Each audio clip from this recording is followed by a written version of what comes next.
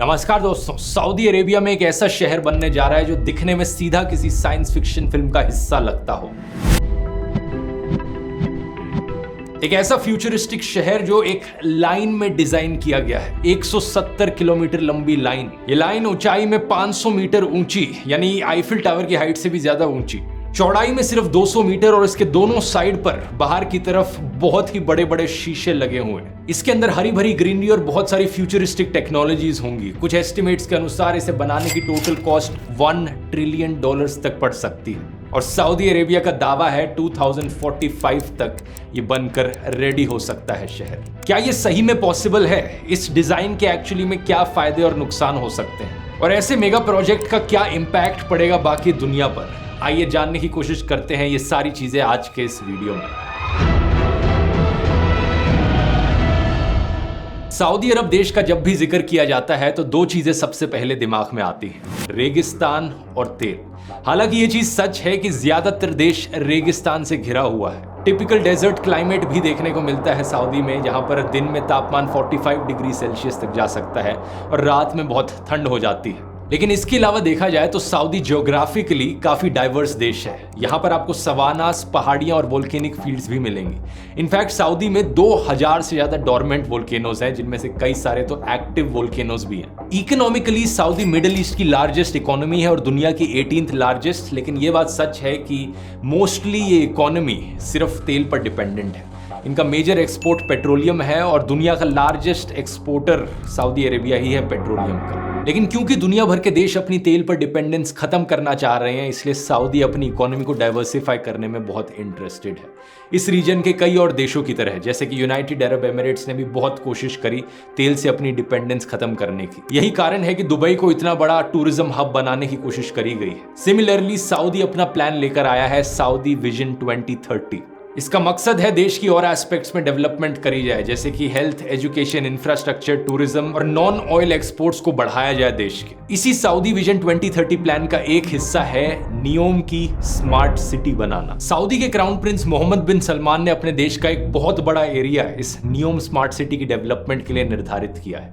अब अपने आप में नियोम कोई एक स्मार्ट सिटी नहीं है, बल्कि ये नाम जो है एक रीजन के लिए इस्तेमाल किया जाना चाहिए।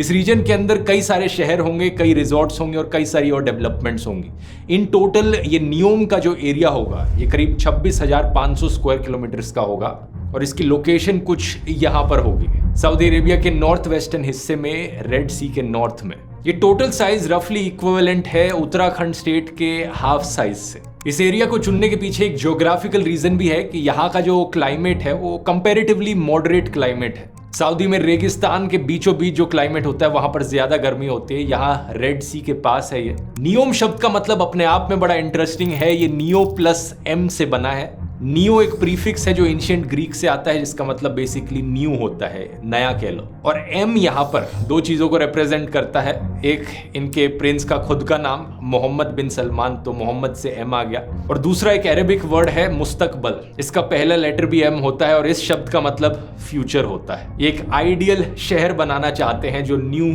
फ्यूचर हमें दिखाए। डेवलपर्स के अनुसार नियोम के अंदर 10 अलग अलग प्रोजेक्ट्स होंगे, जिन्हें 10 अलग अलग रीजन्स करके पुकारा जा रहा है। इन 10 में से 4 रीजन्स की डिटेल्स ऑलरेडी अनाउंस कर दिए गए हैं। पहला एक ऑक्टेगन शेप्ड फ्लोटिंग पोर्ट, जिसे नेक्स्ट जनरेशन इंडस्ट्रियल सेंटर बनाया जाएगा नियोम का।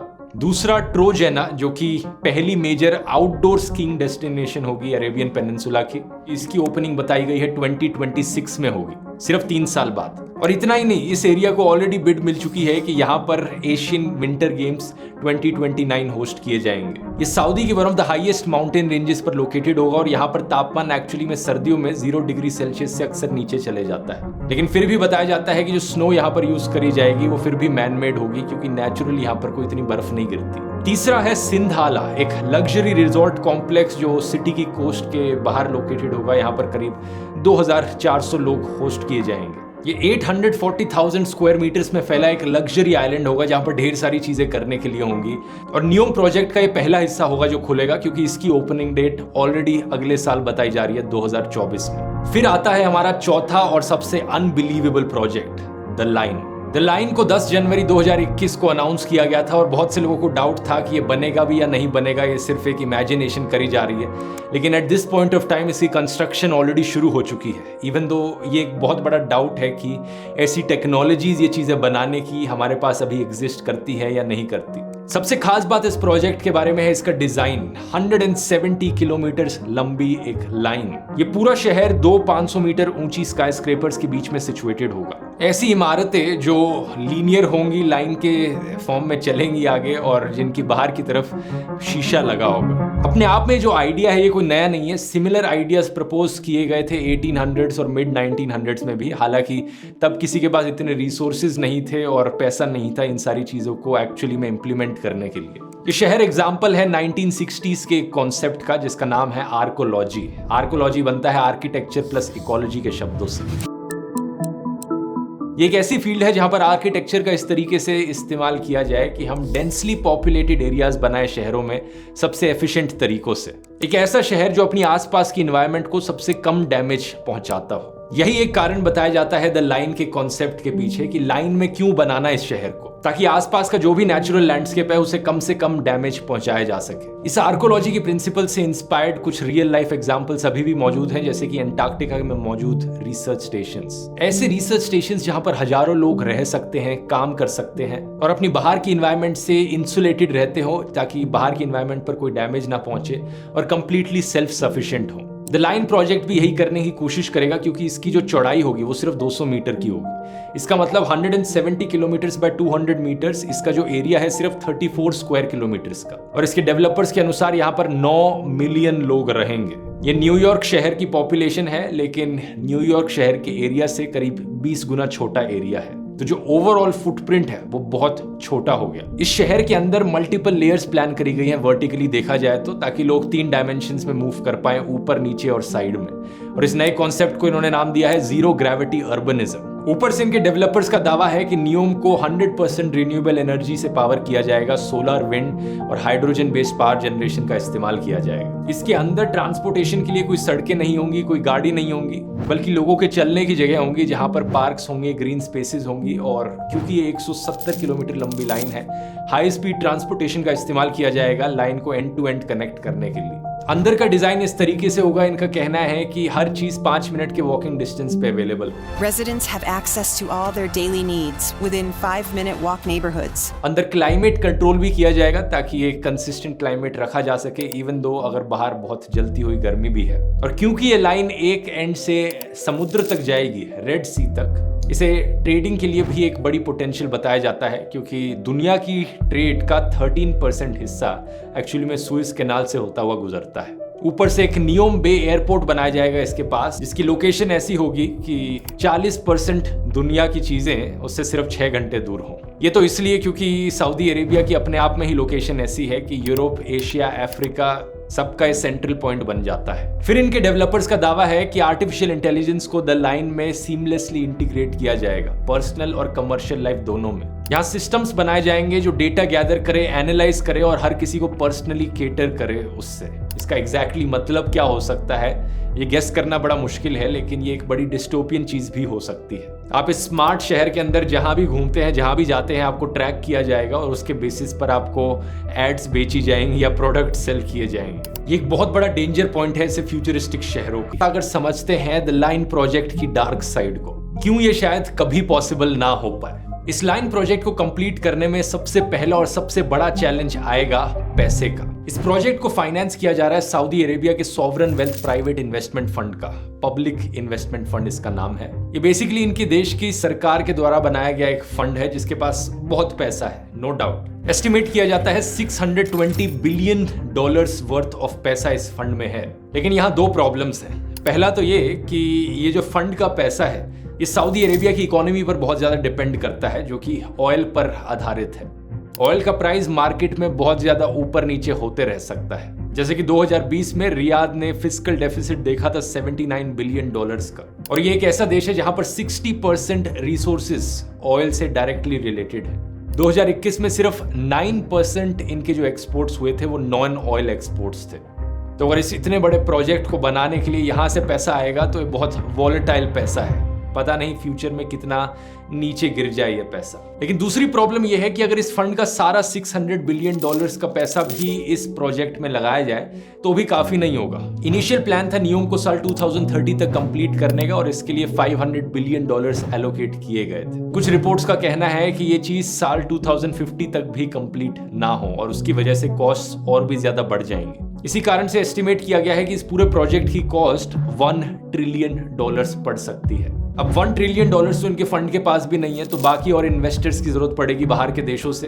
और रिसर्च से हमें पता चला है कि कुछ डिस्कशंस हुई हैं इनकी फॉरेन कंपनीज के साथ, कुछ रशियन कंपनीज हैं, लेकिन मोर और लेस फॉरेन इन्वेस्टमेंट अट्रैक्ट करने में सऊदी अरेबिया सक्सेसफुल नहीं हो पाया है इस प्रोजेक्ट को लेकर। दूसरी बड़ी प्रॉब्लम आती है टेक्नोलॉजी को लेकर। अगर लाइन जैसे प्रोजेक्ट को असलियत में बनाना है तो यहाँ पर बहुत सारी ऐसी टेक्नोलॉजीज का यूज किया जाएगा जो असली में एग्जिस्ट ही नहीं करती। जैसे कि इनका ट्रांसपोर्टेशन सिस्टम, इनके डेवलपर्स ने कहा कि एक हाई स्पीड ट्रांसपोर्टेशन का नेटवर्क होगा। ये नहीं कहा कि ट्रेन होगी या मेट्रो होगी, लेकिन इनका कहना है कि इस 170 किलोमीटर की लाइन में ये एक एंड से दूसरे एंड तक पहुंचने में सिर्फ 20 मिनट लगाएगा ये system. And the line's infrastructure makes it possible to travel end to end in 20 minutes. इसका मतलब इसकी ट्रैवलिंग की स्पीड होगी 500 किलोमीटर पर आवर से भी ज्यादा। और आज के दिन दोस्तों कोई भी ऐसी टेक्नोलॉजी एग्जिस्ट नहीं करती जो इतनी तेज स्पीड दे पाए हमें। करंटली जो फास्टेस्ट ट्रेन है दुनिया की वो है शंघाई की मैगलेव ट्रेन, जिसकी टॉप स्पीड है अराउंड 430 किलोमीटर पर आवर। ये बात सच है कि 2015 में एक जापानीज मैगलेव ट्रेन ने टॉप स्पीड का रिकॉर्ड तोड़ा था। एक टेस्ट रन में 603 किलोमीटर पर आवर की स्पीड भी अचीव कर ली गई थी, लेकिन वो एक टेस्ट रन थी। रेगुलर ऑपरेशंस में अभी तक हम 430 किलोमीटर पर आवर की एवरेज स्पीड से ज्यादा नहीं पहुंच पाए। ऐसे ही 500 मीटर ऊंचे शीशे आज तक किसी ने बनाए नहीं है। थियोरेटिकली पॉसिबल जरूर है, लेकिन प्रैक्टिकली कोई नहीं जानता कि क्या चैलेंजेस आएंगे इतने ऊंचे शीशे बनाने में, स्पेशली अगर वो 170 किलोमीटर एक डायरेक्शन में जाएंगे। इनका पर्पस भी क्लियर नहीं किया गया है। अभी के लिए देखकर लगता है कि एस्थेटिक्स के लिए इन्हें सिर्फ लगाया गया है, बस कि दिखने में प्रोजेक्ट बहुत फ्यूचरिस्टिक और अच्छा लगेगा, इसलिए इसके बाहर की तरफ शीशे लगा दिए गए हैं। इसका कोई प्रैक्टिकल यूज नहीं बताया गया। इसी तरीके से इस प्रोजेक्ट में बहुत सी ऐसी चीजें हैं जो आज तक कभी करके देखी नहीं गई हैं। कोई नहीं जानता कि प्रैक्टिकली ये पॉसिबल हो भी पाएगा या नहीं हो पाएगा। तीसरा पॉइंट आता है एनवायरनमेंट का। हालांकि इन्होंने क्लेम किया है कि एनवायरनमेंट पर इसका मिनिमल इंपैक्ट होगा, इसलिए इसे स्ट्रेट लाइन में बनाया जा रहा है, लेकिन बाहर की तरफ शीशे लगाना उससे एनिमल मूवमेंट पर क्या इंपैक्ट पड़ेगा। माइग्रेटरी बर्ड्स के लिए बहुत ही खतरनाक चीज हो सकती है। साथ ही साथ एक कंटिन्यूस दीवार सी बना देना जिसमें इधर से उधर जाने की कोई बीच में जगह ही ना बचे, ये लैंड एनिमल्स की क्रॉसिंग में भी बहुत ज्यादा इंटरफेयर करेगा। ऊपर से कई लोगों ने इस चीज को क्रिटिसाइज किया है कि ये प्रोजेक्ट अपने आप को बड़ा सस्टेनेबल और जीरो कार्बन एमिशंस वाला बताता है, लेकिन 500 मीटर ऊंची लंबी बिल्डिंगें बनाना जो शीशे से कवर्ड हों और जो इतना दूर तक एक्सटेंड करें, इन्हें लो कार्बन मटेरियल से बनाना नेक्स्ट टू इम्पॉसिबल है। यूएनएसडब्ल्यू के प्रोफेसर फिलिप ओल्डफील्ड का कहना है कि ये सब अचीव करने के लिए एक फिनोमिनल क्वांटिटी लगेगी स्टील, ग्लास और कंक्रीट की, और सिर्फ इस लाइन को बनाने में ही 1.8 billion turns carbon dioxide release होगी। पूरा यूके का देश जो अपने कार्बन एमिशंस एमिट करता है 4 सालों में, ये उसके इक्विवेलेंट है। अपने इन्वायरमेंटल इंपैक्ट के चलते नियोम को अक्टूबर 2022 में भी क्रिटिसाइज किया गया था, जब इसने होस्टिंग राइट्स जीते थे 2029 के एशियन विंटर गेम्स के। एक ऐसे देश में विंटर गेम्स होस्ट कराने का क्या तुक बना जहां पर स्कीइंग की नेचुरली कोई जगह ही मौजूद नहीं होती, सभी कुछ आर्टिफिशियल इन्वायरमेंट में क्रिएट होगा। इससे कितना ज्यादा इंपैक्ट पड़ेगा एनर्जी पर, लोकल वाटर रिसोर्सेज पर। फिर आती हैं आर्किटेक्चरल प्रॉब्लम्स। ये जो लाइन का डिजाइन है, ये बात सच है कि इसमें एरिया बहुत बचेगा, लेकिन कई मायनों में इससे इनएफिशिएंसी भी बहुत ज्यादा बढ़ेगी, जैसे कि ट्रांसपोर्टेशन सिस्टम में। अगर पूरा शहर एक स्ट्रेट लाइन में रह रहा है और एक ही ट्रांसपोर्टेशन का रूट है इधर से उधर ले जाने के लिए, सारे 9 मिलियन लोग जो इस एक शहर में रहेंगे वो इस एक रूट पर डिपेंडेंट होंगे, जिसका मतलब है कि इस पूरे 170 किलोमीटर के रूट में कहीं भी एक प्रॉब्लम आ गई तो पूरे शहर का ट्रांसपोर्ट डिले हो जाएगा। ऐसा सिंगल पॉइंट ऑफ फेलियर बड़ा ही खतरनाक हो सकता है ऐसे डिजाइन के लिए। और फाइनली आखिरी प्रॉब्लम आती है दोस्तों लोगों की। अगर ये सारे अलग अलग चैलेंजेस ओवरकम कर भी लिए जाएं, इन सारी प्रॉब्लम से डील करने का कोई ना कोई तरीका ढूंढ लिया जाए, आखिरी सवाल ये उठेगा यहाँ पर कि क्या लोग इसमें रहना भी चाहेंगे। इमेजिन करो ऐसे शहर में 2400 घंटे बिताना जहां पर बाहर की इन्वायरमेंट से आप टोटली कट ऑफ हो, एक आर्टिफिशियल बिल्डिंग जैसी इन्वायरमेंट के अंदर आप हमेशा रहने लग रहे हो। बाहर खुली हवा एंजॉय करने के लिए जाना है तो कुछ भी नहीं मिलेगा। बाहर निकलते ही आप पीछे मुड़कर देखोगे और दूर दूर तक बस एक शीशा दिखाई दे रहा है। ऊपर से अंदर जब भी रहोगे तो कॉन्स्टेंटली सरकार की सर्वेलेंस होगी, कॉन्स्टेंटली आपको ट्रैक किया जाएगा। सुनने में ये एक रहने लायक शहर कम और साइंस फिक्शन डिस्टोपिया ज्यादा लगता है। आपकी क्या राय है यहाँ पर? क्या आप ऐसे शहर में रहना चाहेंगे? नीचे कमेंट्स में लिखकर बताइए। मेरी राय में ये जो लाइन का ड्रीम प्रोजेक्ट है, आने वाले टाइम में ये एक ड्रीम ही बना रह जाएगा, इसी के ही ज्यादा चांसेस लगते हैं। ऐसा मैं क्यों कह रहा हूं? क्योंकि इससे पहले सऊदी अरेबिया ने दुनिया की टॉलेस्ट बिल्डिंग बनाने की भी कोशिश करी थी। उसकी कंस्ट्रक्शन भी शुरू हो गई थी, 1/3 बिल्डिंग भी कंप्लीट हो गई थी, लेकिन फिर उसे अबैंडन कर दिया गया। आखिर क्या कारण है कि बुर्ज खलीफा से ऊंची बिल्डिंगें बनाने में इतनी प्रॉब्लम्स आ रही हैं? इस चीज को मैंने इस वीडियो में डिटेल में एक्सप्लेन किया है, यहां क्लिक करके देख सकते हैं। ये वीडियो पसंद आया तो ये वाला भी जरूर पसंद आएगा। बहुत बहुत धन्यवाद।